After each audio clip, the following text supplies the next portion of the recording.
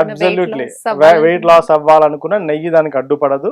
నేను నా క్లయింట్స్ కి నేను వెయిట్ లాస్ ఏదైనా డైట్ చెప్తే దాంట్లో నెయ్యి మాత్రమే ఉంటుంది.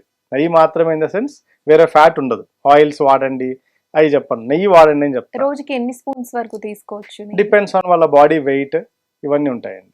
సో వాళ్ళ లాస్ అవ్వాలి అనుకునే వాళ్ళు ఎన్ని spoons? Weight loss at least 3 spoons అన్న నేను చెప్తా. 2 to 3 స్పూన్స్ మినిమం ఉంటుంది, టేబుల్ స్పూన్స్ ఆఫ్ గీ. హ్యాపీగా నెయ్యి తీసుకుంటూ సన్నగా అవుతారు. చాలా మంది నన్ను అడిగితే వెయిట్ మానేస్తానండి, నెయ్యి తినడం మానేస్తానండి ఎందుకంటే వెయిట్ పెరుగుతున్నా అంటారు. నో, నెయ్యి తినడం వల్ల వెయిట్ పెరగరు. నెయ్యి ఇన్ఫాక్ట్ నేను అమృతం అని చెప్తా. ఎవ్రీ మీల్లో ఇంక్లూడ్ చేసుకోండి హ్యాపీగా అని చెప్తా నెయ్యిని.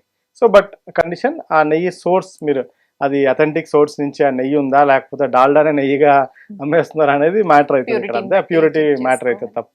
సో నెయ్యితో పాటు ఏం తింటున్నారో చాలా మ్యాటర్ అవుతుంది తప్ప నెయ్యి is not at all a harm.